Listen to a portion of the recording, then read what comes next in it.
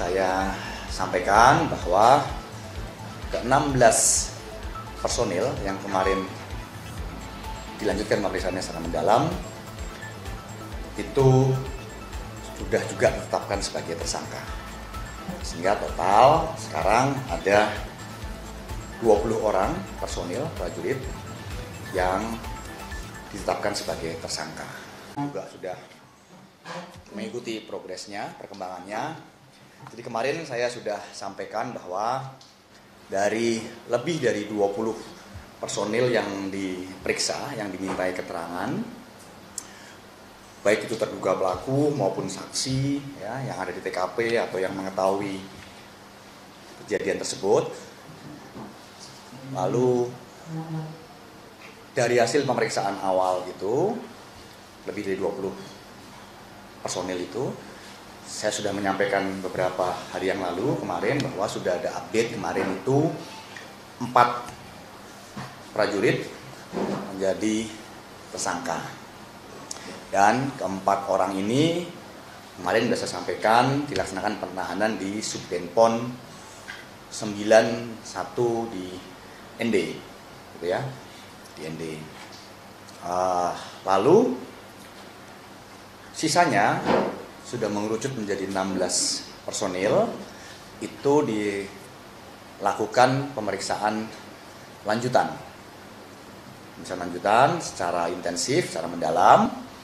Dan untuk yang 4 tadi, untuk yang 4 sudah ditetapkan sebagai tersangka tadi, pemeriksaannya dilanjutkan lagi sebagai tersangka tentunya, ditahan di Subdenpom 91 ND. Untuk yang sisanya, yang kemarin saya sampaikan 16 personil, itu dilaksanakan pemeriksaan lanjutan secara mendalam. Dan hari ini saya sampaikan bahwa ke-16 personil yang kemarin dilanjutkan pemeriksaannya secara mendalam itu sudah juga ditetapkan sebagai tersangka. Sehingga total sekarang ada 20 orang personil prajurit yang ditetapkan sebagai tersangka. Untuk yang 4 orang ditetapkan sebagai tersangka awal itu sudah dipindahkan penahanannya di Denpom Kupang. Untuk yang 16 orang menyusul ini karena baru selesai pemeriksaan di Subdenpom 91 ND, posisi masih ada di ND. Nanti untuk lanjutannya saya akan berkomunikasi lagi dengan jajaran penyidik dari Polisi Militer Kodam 9 Udayana untuk melihat perkembangannya. Tentu kalau sudah ditetapkan sebagai tersangka, 16 orang prajurit ini juga akan dilaksanakan penahanan. Dan saya sampaikan di sini, selesai ini pemeriksaan akan dilanjutkan sama dengan yang 4 orang ditetapkan awal sebagai tersangka.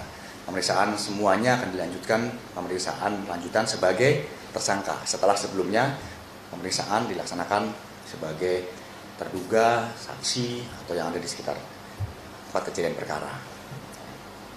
Nanti dari situ akan bisa diketahui peran dari masing-masing personel ini, dari yang sudah ditetapkan sebagai tersangka ini nanti akan bisa diketahui perannya masing-masing apa, sehingga nanti bisa diterapkan pasal untuk orang per orang. Jadi tentu tidak akan sama pasal yang akan diterapkan, di mana nanti ancaman hukumannya juga mengikuti pasal yang diterapkan tersebut tidak akan sama antara orang per orang. Semua akan dilihat sesuai dengan hasil pemeriksaan nanti perannya, porsinya, ya, bagaimana di dalam kejadian ini. Dan beberapa pasal yang sudah disiapkan, saya komunikasi dengan penyidik, itu ada pasal 170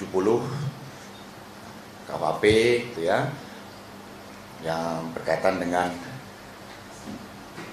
terang-terangan menggunakan tenaga kekerasan pada orang lain, itu ada pasal 351 ya, yang berkaitan dengan penganiayaan, ada juga pasal 354 yang sengaja melukai orang lain ya, berakibat pada kematian. Ada pasal 131 yang seorang militer yang dalam dinas dengan sengaja memukul rekan atau bawahan itu ada sanksinya. Lalu pada pasal 132 yaitu militer, dalam hal ini senior atasan yang mengizinkan atau memberikan kesempatan kepada personel militer lainnya untuk melakukan tindak kekerasan kepada personel militer yang lain, itu juga dikenakan sanksi. Itu 5 pasal yang disiapkan. Tentu nanti kelima pasal ini akan diterapkan kepada siapa, nanti bergantung kepada hasil pemeriksaan lanjutan sebagai tersangka untuk para personil tersebut.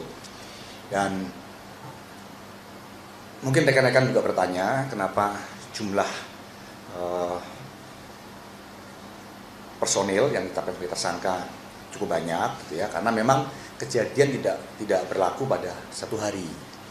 Ya, kegiatan pembinaan ini itu dilakukan kepada beberapa personil termasuk korban dan dilaksanakan dalam beberapa rentang waktu, sehingga kemarin juga kita perlu waktu, ya, tim penyidik dari Polisi Militer Kodam 9 Udayana perlu waktu untuk melaksanakan pemeriksaan itu, karena memang kejadian ini, ya, proses pembinaan ini itu dilaksanakan pada beberapa rentang waktu dan dilaksanakan kepada beberapa personil oleh personil lainnya, sehingga harus betul-betul menyeluruh pemeriksaannya sehingga betul-betul bisa diambil langkah-langkah yang tepat, ya, kepada orang yang tepat, ya, sehingga pertanggungjawaban itu dapat ditegakkan, evaluasi, perbaikan juga dapat dilaksanakan untuk masa yang akan datang. Dan untuk itu selesai ini saya mohon waktu kepada rekan-rekan media sekalian dan juga kepada warga masyarakat bahwa pemeriksaan para tersangka ini tentu tidak mudah. Tidak mudah itu artinya kita perlu waktu sehingga betul-betul bisa mengetahui peran orang per orang, porsinya masing-masing, sehingga keadilan bisa ditegakkan, tapi pertanggungjawaban juga bisa dilaksanakan. Sehingga nanti siapa, perannya apa, pasal yang diterapkan apa itu betul-betul tepat. Ya, sehingga nanti saya akan sampaikan dari rekan-rekan sekalian untuk perkembangannya.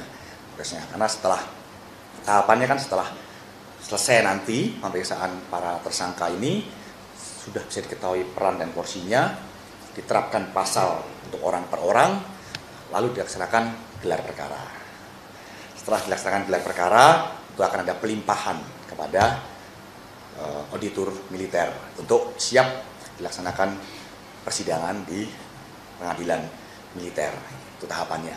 Ya, sehingga sekali lagi setelah ini berikan waktu kepada kami jajaran Angkatan Darat khususnya dari Polisi Militer Kodam 9 Udayana untuk melaksanakan pemeriksaan para tersangka, ya, supaya semua bisa berjalan dengan baik, ya.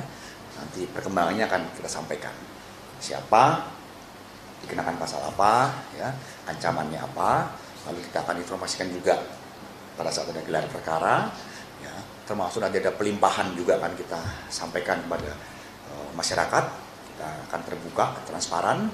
So, nanti persidangan juga tentu masyarakat bisa mengikuti, dan nanti tuntutannya apa dari auditor, vonis putusan dari hakim apa, rekan-rekan bisa mengikuti.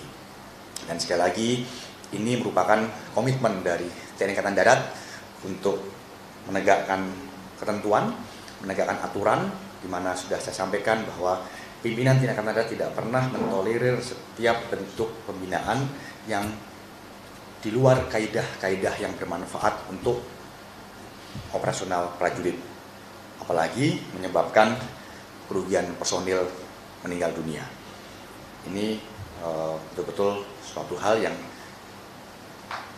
di luar dari apa yang sudah digariskan, sehingga kita akan melaksanakan proses sampai dengan tuntas untuk menegakkan, pertanggungjawabkan apa yang sudah terjadi, ya.